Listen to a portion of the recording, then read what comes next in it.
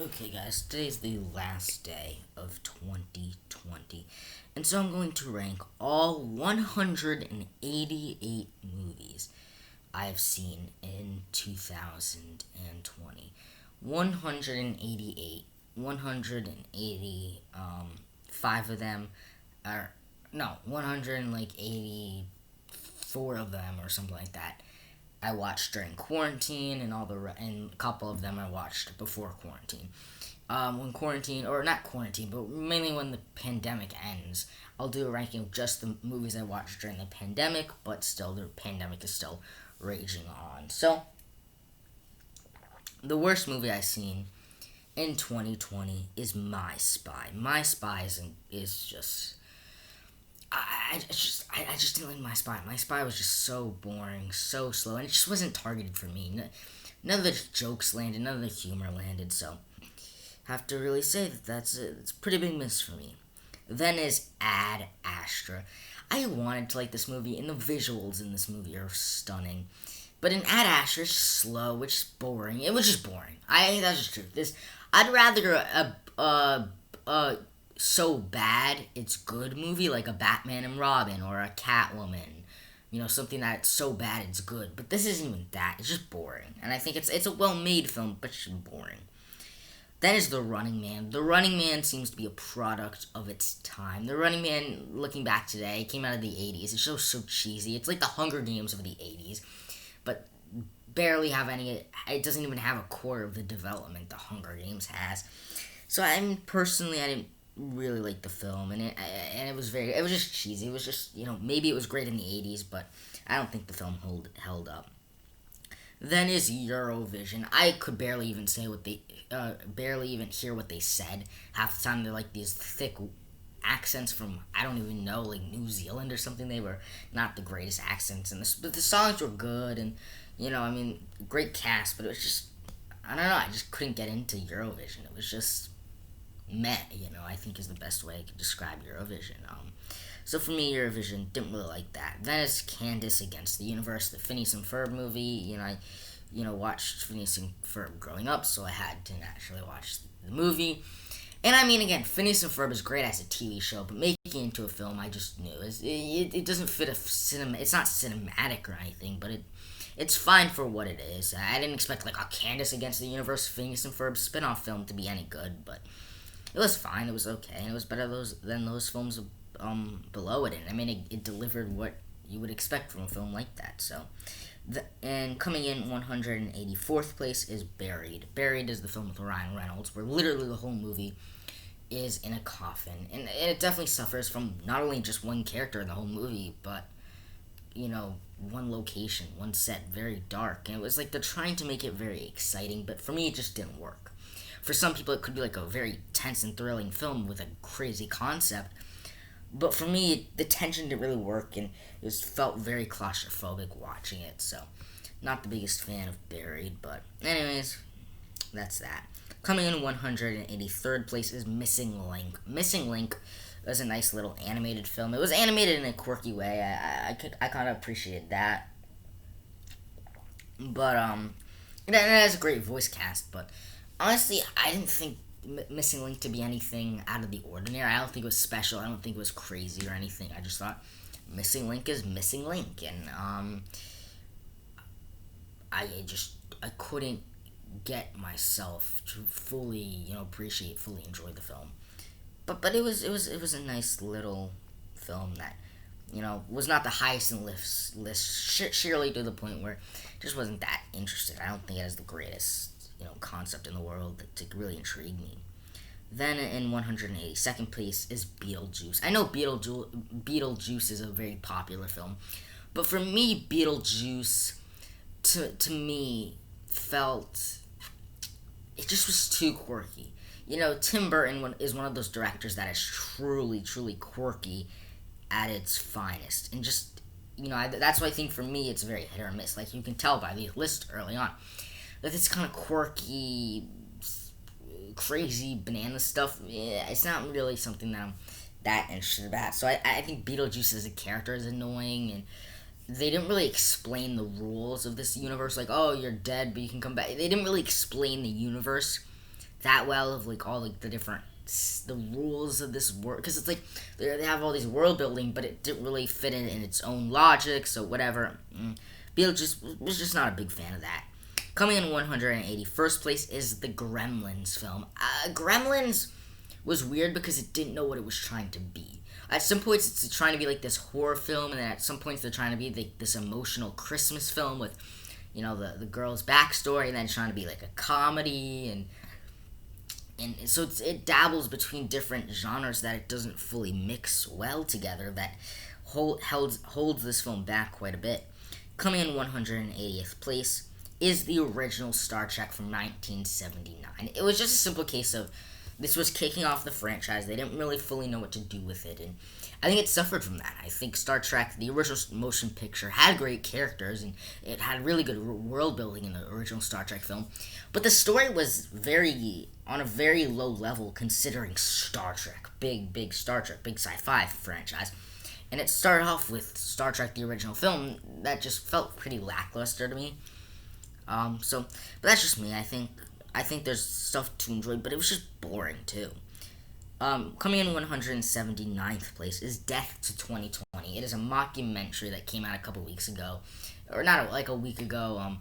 Basically like not like a mockumentary about like 2020 and going through the events of 2020. And I thought it was some points funny, but it honestly, with a year like 2020, you could have made jokes about so many different things that they just didn't. And I think they mainly stuck to making jokes about stuff that I don't think I just think it was mainly that this film almost felt like a big missed opportunity, because like you think of a comedy, a mockumentary about people of 2020, that could be so many things to explore there, and they didn't really go to places that I think would be the funniest place to go, but it was still funny at a lot of points anyways. Coming in 178th place is Mad Max, the 1979 film. It had some really cool action in it, but I didn't really care for the story that much, and I think that was the biggest problem, is action without story is just visual noise. And so I like action, but I like action when it moves the narrative pace forward, and in this film I didn't really care about the story, so the action in this case was, well, visual noise. Coming in 177th place is Dune, the 1984 version. Dune is one of those films that has a great story. Watching it, you're like, I love the story, I love the concept, I love these different planets and the world building. Dune just suffered from not having the technology and the time to really develop the characters in the story. See, I think this film does need to be, this story done right probably needs to be split up into two parts, like Denis Villeneuve is trying to do, which who knows if that's gonna happen with his backlash over not backlash, but him going against Warner Brothers, rightfully so. But I think it suffered from not exploring all the ideas that were explored in the book, but also it suffered from not the technology available. Does not suit a film that is so advanced like the Dune film. So I think the technology didn't age that well. So it definitely suffered from issues beyond just bad story. So this film had great story, just not the great visuals that I think this story would probably need. And so that's why I'm stoked for the Dune 2020 film, or 2021 film now. Coming in 176th place is Olympus Has Fallen. Olympus Has Fallen is just not a great, but a really interesting B-level action film. The problem is, the story is so cliche that you didn't really care for the story, and like Mad Max, it just becomes, well, visual noise. And so that's really what I think about when I think of Mad Max, or not Mad Max, Olympus Has Fallen. I just think of, well, it's visual noise, Coming in 175th place is Rambo First Blood.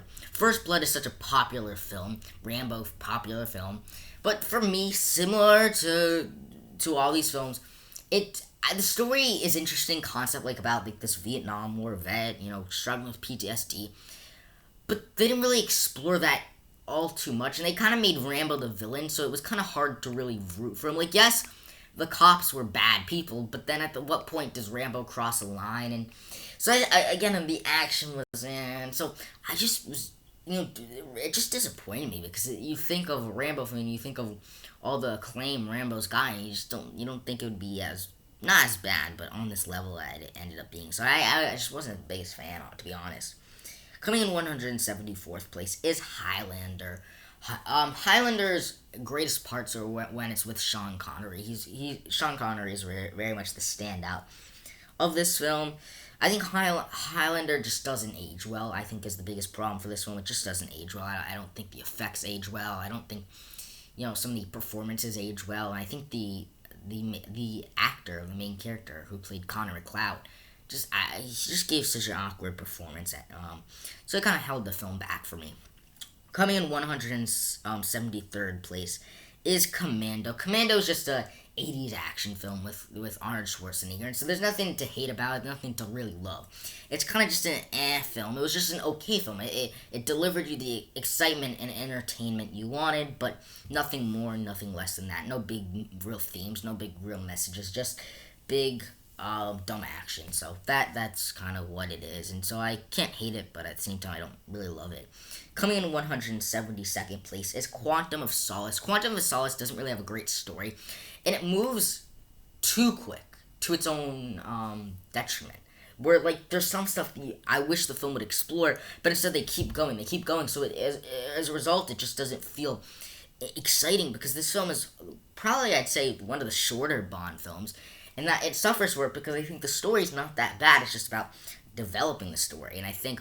Another thing is I didn't really care for any of the side characters in this film, obviously beyond James Bond, All the other side characters were not that interesting. And a not so interesting villain. But I will say the third act, from a visual standpoint, in the Orange Hotel, whatever, was really, really cool. So this film does have some pretty cool action, but not the best story and characters. Coming in 170th place is The Search for Spock, the third Star Trek film, and it was good. I really enjoyed it. I think it was very entertaining. Although honestly, I'm sorry, but I just didn't think the effects held up enough to really make me appreciate this film. And to be honest, coming in 169th place is The Bucket List. It has two great acting legends, so their performances were great, but it tries to be a comedy. But it's hard to be funny when you know at the back of our minds they're both gonna die. So it's like they're trying to be this funny bucket list thing, and it's hard because we know at the end of the day they're gonna die. So guess what happens at the end? They both die, which sours the taste of the film because it's like they're trying to be a comedy, but it's how can it be funny if our main characters die at the end, and having that in the back of your mind. But it does have some great themes and messages. But I think this film is called The Bucket List, but there's no real plot, no real urgency to this film, all too much. Coming up in 168th place is Percy Jackson 2. Percy Jackson 1 was, a good kind of historical fantasy, and this film just gives the same as Percy Jackson 1. This film, the difference between my enjoyment of Percy Jackson 1 and Percy Jackson 2 is very minimal. I think this is probably worse than Percy Jackson 2 or 1 because I don't know. I think the story is toward the third act gets very awkward and very weird, and it's very cliche, to be honest. When you think of all the characters and all their roles in this film, like the bully, and then the bully ends up helping them, and it becomes really cliche at the end of the day, just to be honest.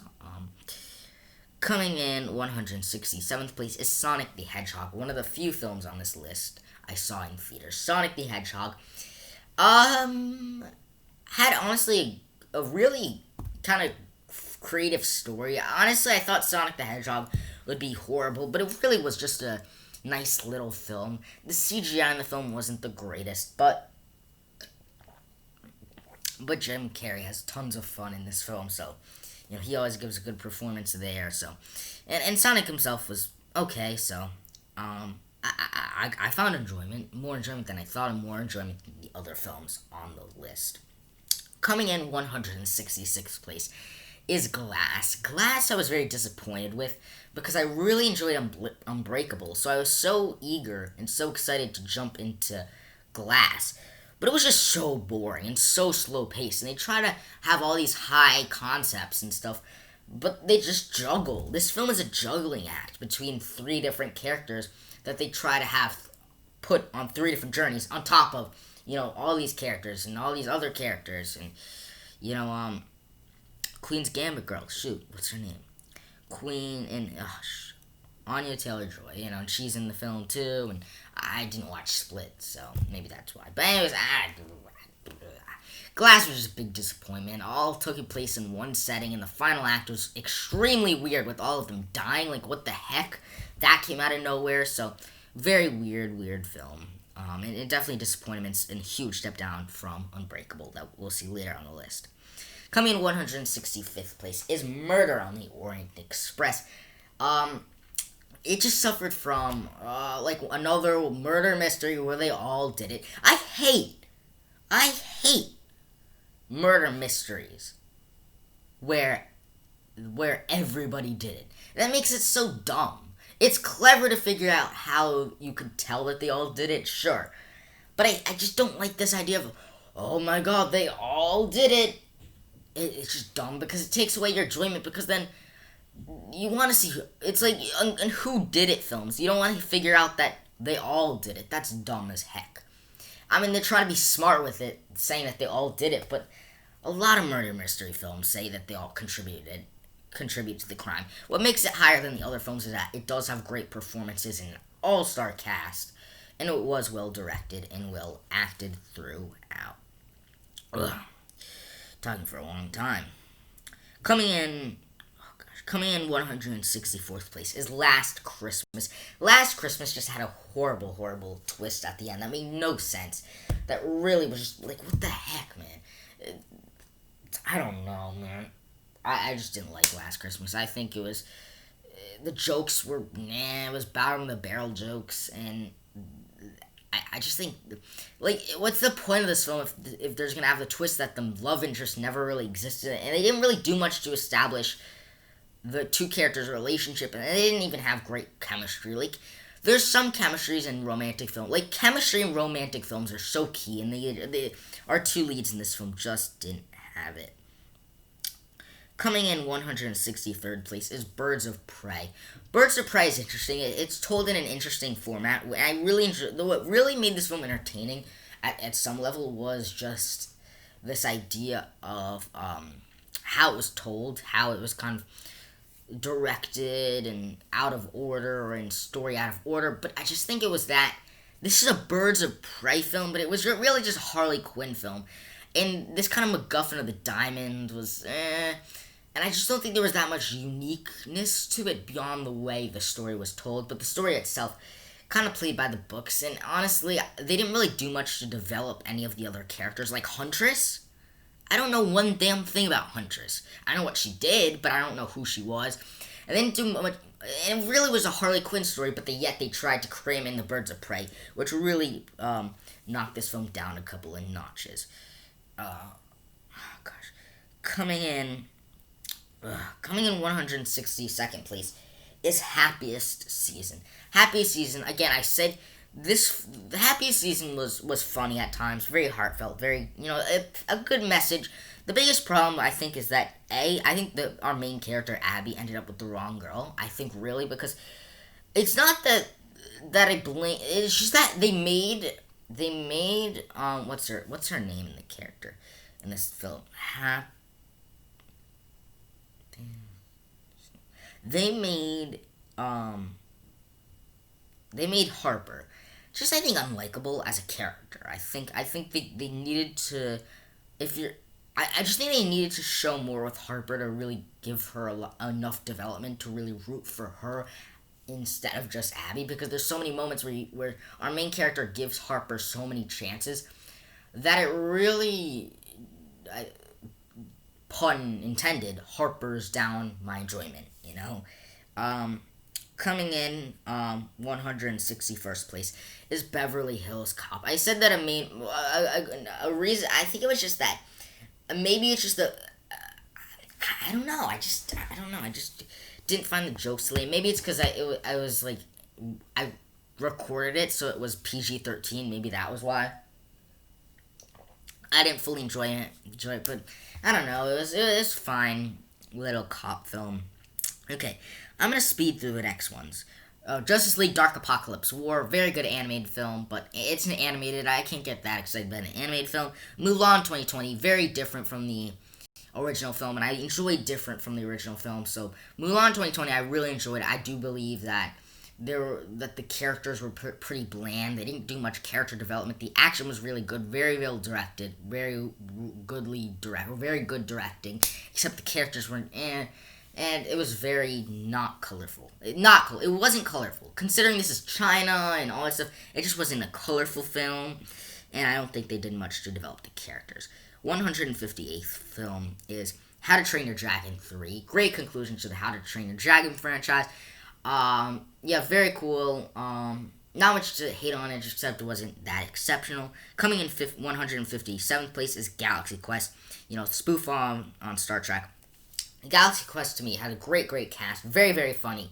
The concept of, taking actors and putting who star in a sci-fi show and putting them really on a space station was very cool, and it delivered on that premise, and I just had fun with it. Coming in 156 places, In Bruges. In Bruges has a crazy third act, and that I love. It was so unique, so out of nowhere, so bonkers. So I love the third act of the film. However, the two first acts were just great setup for the third act. Great characters, very quirky, very crazy, and I really enjoy crazy, and it never took itself too seriously, so I could have, a lot of fun with the film. Coming in 155th place is Enola Holmes. The first act of Enola Holmes is dog shit. There was just so much exposition, so much talking that I was But once it got into the story, it was very fast paced, very entertaining, and Enola Holmes is very charismatic in the film, and I can enjoy that. And I like the fourth wall breaking. It was funny at times.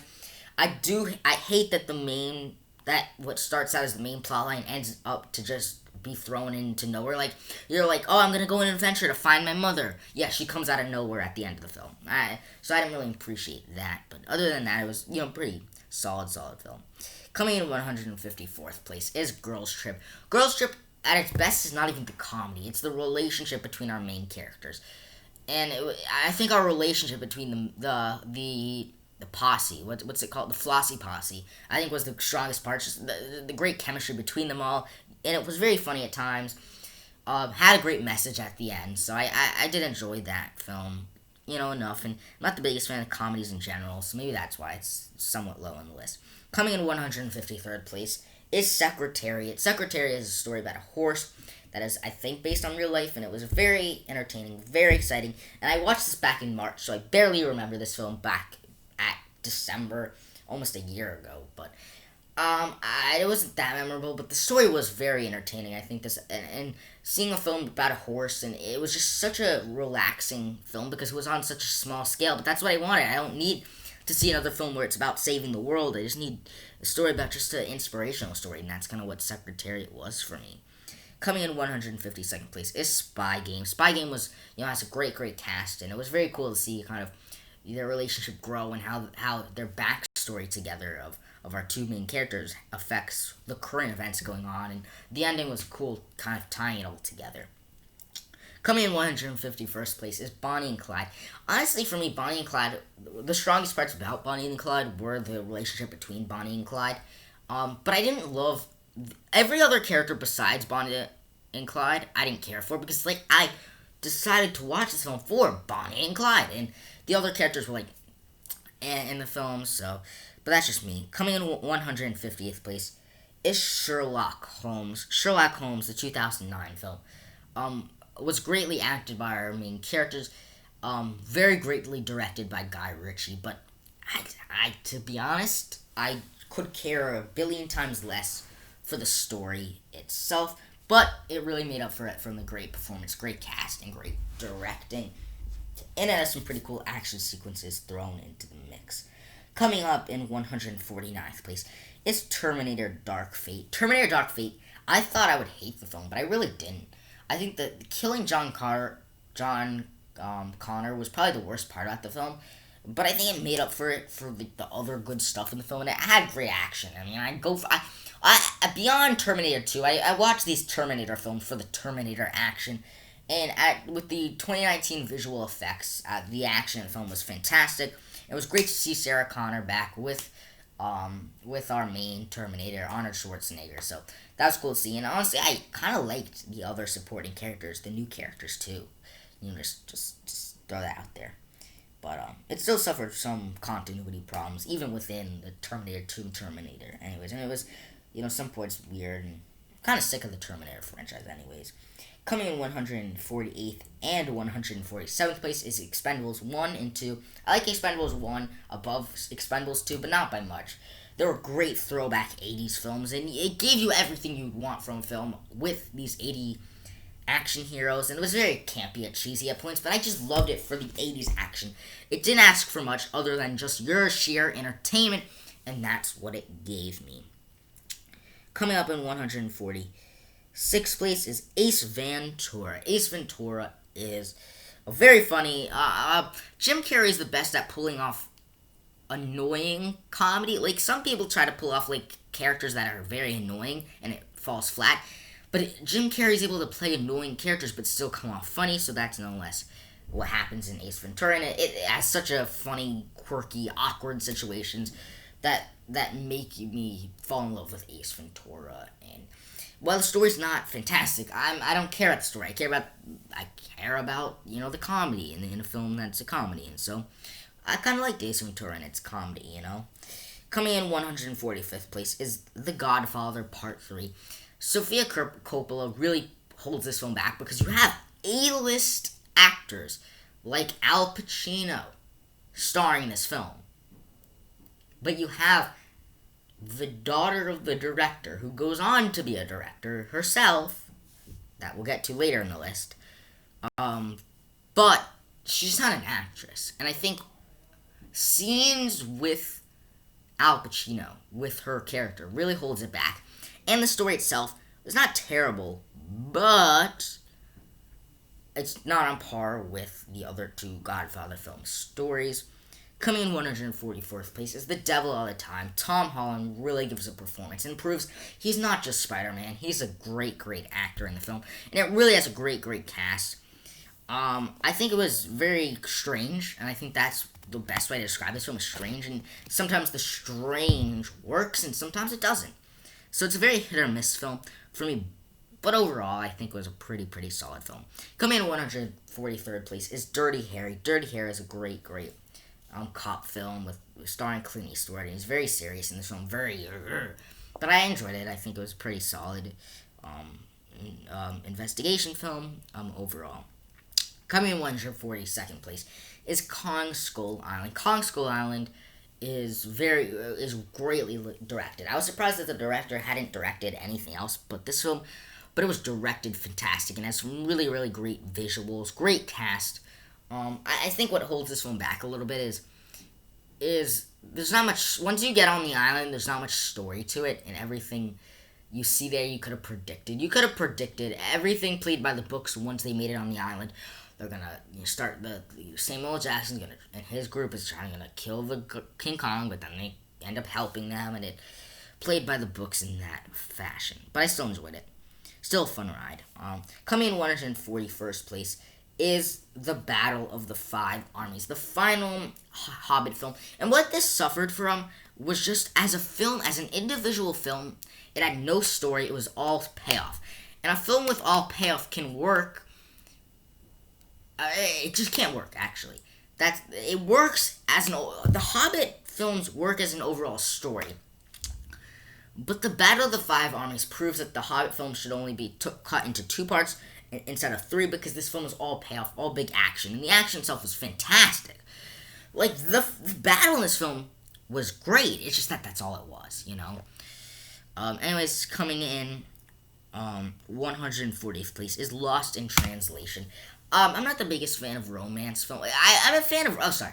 I like romantic films, but it has to come with a twist. I think just seeing two characters fall in love, to me, is not that... I guess what I'd use the term interested to me. So I think here, this idea of, they're kind of living this romance while lying to their partners and on, a work vacation, and I think there was some interesting concepts, and it was two great leads, and it was funny at times, so I liked this film, and it was greatly directed by, we just talked about her, Sofia Coppola. Coming in 139th place is Romancing the Stone. I actually just watched this film. It is the last film I will watch in 2020, And Romancing Stone was very very good. Except the problem was Michael Douglas just doesn't strike me as an action lead character. Like he's great in Hank Pym as a mentor character, but as the lead character, I don't know. Michael Douglas just doesn't strike me as the leading man. But some great action, some greatly directed by Robert Zemeckis. So can't really dislike this film too much. And it had some really good comedy as well. Coming in 138th place is Dirty Dancing. Dirty Dancing is such a classic with some great choreography, with dancing and great music and great performances. And just when I think of 80s for now on, I'm thinking of Back to the Future and Dirty Dancing. That's like when you think of Empire Strikes Back is my favorite 80s film, or just my favorite film. But when you think of 80s, you think of like these types of films. So really did enjoy Dirty Dancing, and so much quotable lines and quotable moments. Coming in 137th place, talking so much, is Mank. Mank is great. I mean, not great, but good. Good. Great performance by Gary Oldman. I love that this film not only takes place in the 30s, but feels like a 30s. Even down to how it looks, and its visuals. And, David Fincher is such a great director. So everything he touches that I've seen so far has turned to gold. Except Alien 3, that I haven't watched yet. But, I enjoyed this film. Great, interesting story. And I kind of love films that are films about films. That's kind of interesting because I love the world of films, even how films are made. That's kind of what this film is about. Coming in 136th place. Oh, God, I gotta get water. Coming in 136th place is Shaun of the Dead. Did I not add Hot Fuzz here? Hold on a second. I'm looking for Hot Fuzz.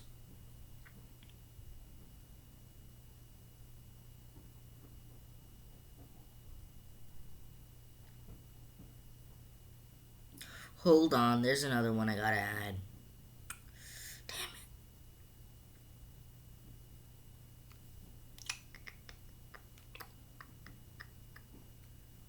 There we go. Okay. Coming in 137th place is Shaun of the Dead. Shaun of the Dead was just a funny film with great cast. And, its horror elements were great. Its action elements were great. Very grotesque, but very funny at the same time. Coming in 136th place is Hot Fuzz. Oh my God, I have so much films to get through. Hot Fuzz. Good. Hot Fuzz. Then, okay, Speed Round. Anchorman. Funny. Very funny. Great cast. Tomorrow Never Dies. Bond film. Great. Action. Not the best story. Dawn of the Planet of the Apes. Great starting point for a great series that I'll dive more into later. And great visuals, and kind of the rise and fall, or the rise of Caesar in that film was pretty goodly done. 132 is What Happened to Monday. No one really talks about What Happened to Monday, and it was a film that I never heard of. I was just, interesting concept watch. Great concept, great execution. It's just a little indie film that on Netflix that I just had so much fun with. Coming in 131st place is John Carter. Very great world building, very great action. The world of John Carter is just so great. John Carter Mars. So, such an interesting thing, even though the film overall was not the greatest. Coming in 130th place was Sisters. The chemistry between Amy Poehler and Tina Fey in this film was fantastic. They have just such great chemistry in everything they do together. And so film was hilarious. The whole supporting cast was hilarious. Just a funny film from start to finish. Coming in 129th place is Chef. Just a little film with, directed and starring by Jon Favreau that was just a hidden gem that I really appreciated during this time. Coming in 128th place is Back to the Future Part 3. A great conclusion to the Back to the Future franchise, even though I do think the story was but the characters were still fantastic, and all the great moments you love from the Back to the Future franchise.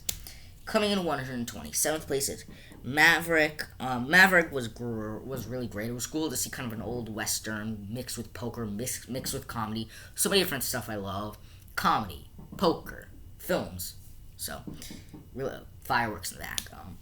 Coming in 126th place is The Bourne Supremacy, and 125th place Bourne Identity. Both of them, I think their action is pretty lackluster, and we don't really get to know Bourne too well, so it's hard to root for him and hard to really know him. And the supporting characters in both of those films, I didn't really care for either, but it still had some great world building and great interesting mysteries that get developed later on in the franchise. Coming up in 124th place is Project Power. Project Power had pretty bad CGI, and I think that held this film back, even though it had a very interesting concept, premise. And I think the characters were great, and the story was pretty interesting. Except, the CGI was just, it really held the film back from its potential. Where are we? Beauty and the Beast, 2017. Beauty and the Beast 2017. What I love about Beauty and the Beast 2017, the remake, is it's not just redoing the original, it's taking the original and changing it to fit in live action, so it doesn't feel like a remake, it feels like a reincarnation. I think that's what they need to do, not just remake it, but redo it in a reincarnation. And the great effects and the great cast of this film really, really makes it feel like such a great adaptation to big screen. Coming in 122nd place is Twins. The chemistry between Arnold Schwarzenegger and Danny DeVito were great in this film. And the story was actually, considering this is a comedy, the story is actually pretty interesting as well. Coming in 121st place is 300. Great visuals by Zack Snyder and great action. Coming in 120th place is The World Is Not Enough. Another Bond film, not much to say other than great Bond sensibilities to it and very entertaining throughout. Coming in 119th, Mr. and Mrs. Smith. Obviously the chemistry is great considering they got married, so obviously it's a great chemistry in the film and very fun through and through. Coming in 118th place is The Rock. Just a fun, exciting film. It's Michael Bay. Of course it's going to have great action. Of course it's going to have cool one-liners. It's like an 80s film in the 90s. What's better than that? I'm just kidding. Just cheesy fun. Nothing more, nothing too exciting, but I enjoyed it. Coming in 117th place is The Bourne Ultimatum. The Bourne Ultimatum. The final Bourne film, but the final Bourne film of the Bourne trilogy, the original Bourne trilogy, was very, very fun, and it really concluded the trilogy and answered the questions in just a satisfying way, and this was the least offensive action in the film. Coming in 116th place is 22 Jump Street. A great sequel to 21 Jump Street. I'm obviously talking about the remake 2 films, but very good sequel, very funny still, all the same. Coming in 115th place is Dave. The concept of Dave is just fantastic. This quirky concept. It never takes itself too seriously while having great messages all the same, and it had a lot of heart. Dave had a lot of heart to it, and so I think not only was it great in the funny sense, but it was also great in thematic sense. Don't know if I can talk some more. 114th, Rudy. Rudy has such a great, powerful message about never giving up, and great performances by Sean Astin, blah, blah, blah. And you loved him in Lord of the Rings as well. That we'll see later on the list. Coming to 113th place is The Chamber of Secrets, the worst Harry Potter film, mainly because it had so much going on and was just such a small scale for the Harry Potter films, but it set up some great stuff to explore in the later Harry Potter films, and wasn't that bad, all the same, and had some great action too. Coming to 112th place is The Wrath of Khan. I know many people think this is one of the greatest films of all time. To me, it just didn't work in that sense, but it was still great. Khan is such a cool, badass villain. Captain Kirk, Spock, all their characters are back for more, and they're great. They're all great. And Spock, live long and prosper. One of the greatest movie quotes. Really is. Coming in 111th place is The Karate Kid. Great message, great themes, wax on, wax off. Another great 80s films. Like when you think of the 80s, you think of Karate Kid.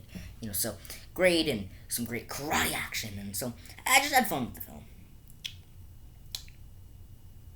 Coming in 110th place is Wonder Woman 1984. Wonder Woman 1984 was okay. To be honest, I had fun with it. It was entertaining. I just didn't like the arcs that the characters went on. It was very dumb. The plot of the film is dumb because, the whole idea that everybody has to renounce their wish. I guarantee you, if a parent wished for their child who was dying to not die, you think they'd recant the wish? Hell no. But that's it. Probably wouldn't have put it. Now looking in hindsight, I probably wouldn't have put it this high on the list. I would have lowered it. Coming in 109th place is Tenet. Tenet is pretty complex, but I sort of got it. I think it was when it all came together. It came together. It's one of those films that was confusing, but when it came together at the end, it came together. So I had fun with the film, all the same. Coming in 180th place was 21 Jump Street. 21 Jump Street, fun, funny, great quotable lines, and it had a great story too. It's not just funny, but it had a great story. And the concept of, cops going undercover at high school never gets old, no matter how many times we see it in films. Coming in 107th place is The Sorcerer's Stone, the next Harry Potter film. It just started off the franchise in such an iconic way. Not much to hate on other than it was very simple in its plot, but it was just establishing the universe. And for what it was, establishing the universe, it really made it. It really hit good, in a good way. Coming in 106th place is GoldenEye, the first Pierce Brosnan Bond film, and it was great. It was so fun, so entertaining, so not much to say there. Then in 105th place is The Half-Blood Prince. It was very entertaining. This is where the Harry Potter films really took in, just really hammering home where you get closer and closer to the Deathly Hallows story. And obviously the big ending with, Dumbledore dying. I enjoy that, even though the ending overall felt pretty rushed. Coming in 104th place is The Inside Man. Inside Man was pretty cool. Denzel Washington gives a great performance. Spike Lee was greatly directed in the film. I gotta get water. I'm sorry.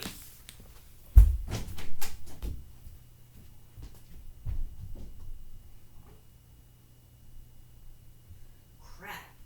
I don't know if I can find any water. Oh, I just gotta sweat it out. Okay. Oh, great performance by Denzel Washington. Greatly directed by Spike Lee. Very entertaining. The ending was great, twisting and turning, and so I really appreciated it. I'm gonna take a quick break. I'll be right back. Gosh, I'm ending this video. I'll do it part 2.